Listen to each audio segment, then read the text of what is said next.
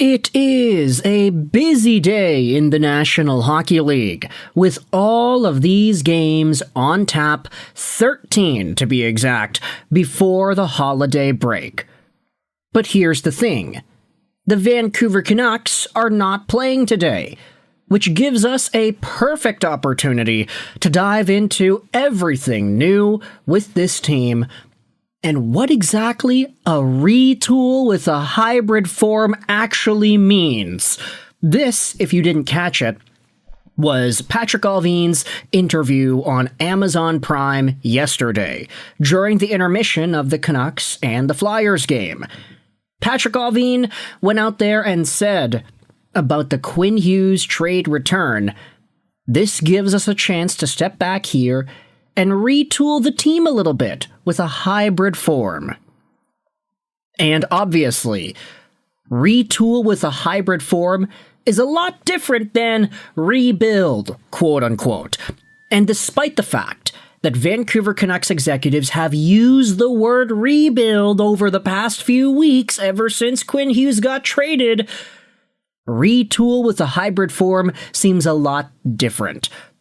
Is this management that short-sighted?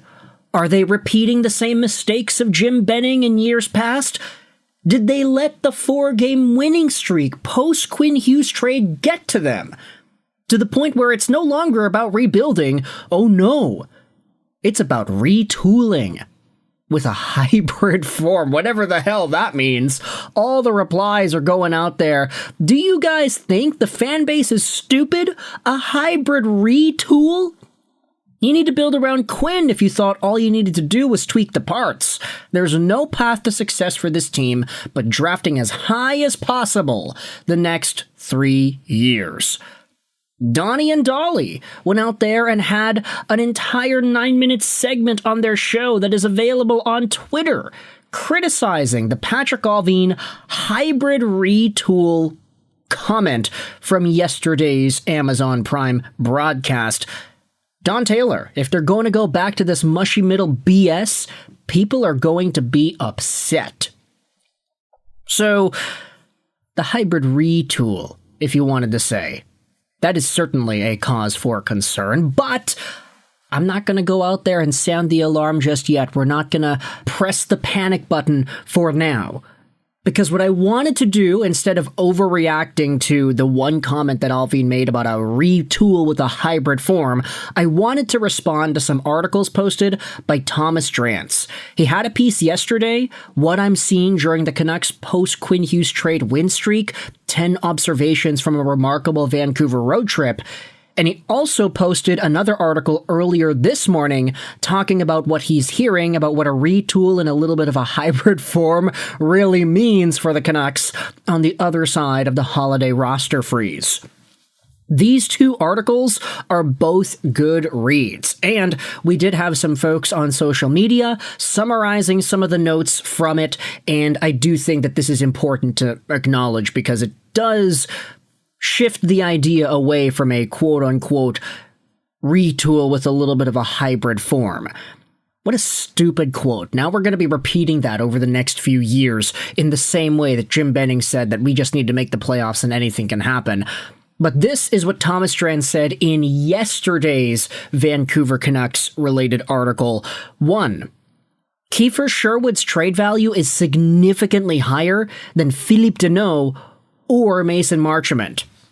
Two guys that got traded late Friday night before the roster freeze. Deneau was traded for a second, and Mason Marchment was traded for, I believe it was a second and a third? Let's go out there and confirm. Okay, yeah, so a second in 2027 and a fourth in 2026. That was the Mason Marchment trade return. So if Deneau got a second, Marchment got a second and a fourth, Kiefer Sherwood's value being significantly higher would indicate that he's probably able to get traded for a first-round pick.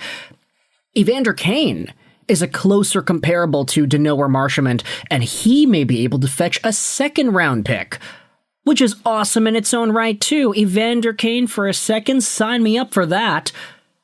Meanwhile, Liam Öhgren has impressed the Canucks, and they may expedite offloading vets and play Öhgren up higher in the lineup because of his play. These are all positive signs that don't necessarily align with the idea of the Canucks going through a retool with a little bit of a hybrid form. Now, speaking out about that, Thomas Drance expanded on it more so, and we had Canucks News summaries summarizing Drance's article from earlier this morning, the hybrid retool, quote-unquote. Via Thomas Drance and Canucks News summaries, turns out the Canucks are not planning on tearing everything down. They'll take a step back and not focus on being competitive for this season, and probably next season too. They also won't be acquiring veterans, even if they go on more winning streaks. The Canucks aren't looking to trade the first-round pick they got in the Hughes trade, and they'll only trade it if it can be used to acquire a young player. They will trade, however, their pending UFAs. They'll be open-minded and probably aggressive in doing so after the Christmas roster freeze. If the Canucks are within lottery distance nearing the end of the season, they'll also limit Thatcher Demko's starting consistency. Demko is valued for his leadership and his commitment to the organization, and the Canucks are comfortable carrying a $13 million cap hit for their goaltending. There's no intention of trading veteran defensemen as they want them to teach and insulate their three young defenders, and at some point, the team will begin pairing veterans with young players on the blue line. Trading Sherwood before the deadline is the most likely outcome. The return for him will be massive and far larger than the Dono and Marchment trades. Evander Kane has more limited market value, but it only takes one team enamored with his playoff production. This could match the Marchment return of a second and a fourth. They want to balance winning games and integrating young players, and they're not moved by a short-term winning streak. There is internal recognition that the eyes are on the future. The Vancouver Canucks understand that they still lack skill amongst the forward group.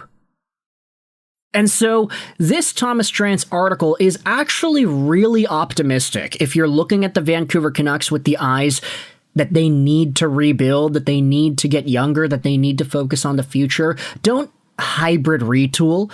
Don't retool on the fly with a little bit of a hybrid form, whatever the hell that means, Patrik Allvin. But Thomas Drance going out there and revealing, apparently, hey, the Canucks, they're not going to get swayed by winning streaks. They're not going to go out there and try to get veteran players for this year, even if they go on winning streaks. They want to focus on the future. They want to take a step back this season. They'll probably take a step back as well next season, and then maybe in 2027, 2028, that will be the timeline where they start to amp it up and be a bit more competitive. So, turns out the hybrid retool maybe isn't the worst thing in the world. Sure, it doesn't sound good. There's a little bit of ambiguity there, and we never really heard any GM specifically say that they're doing a retool with a little bit of a hybrid form before. Patrik Allvin is inventing new things to piss off the Canucks fan base and just rage bait them.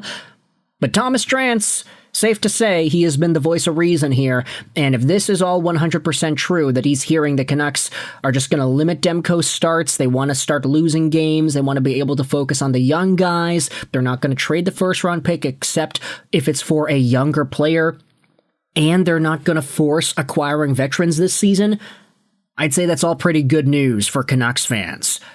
So with that in mind, let me know your thoughts in the comment section below. How do you feel firstly about Allvin's retool with a little bit of a hybrid form comment? What are your thoughts on the response to that? Donnie and Dolly going out there and ripping on Canucks management for this kind of messaging. And then Thomas Drance stepping out there and saying, hey, actually, turns out the team could probably make some good moves here.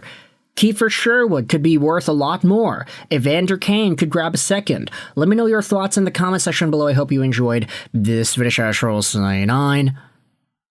And bye.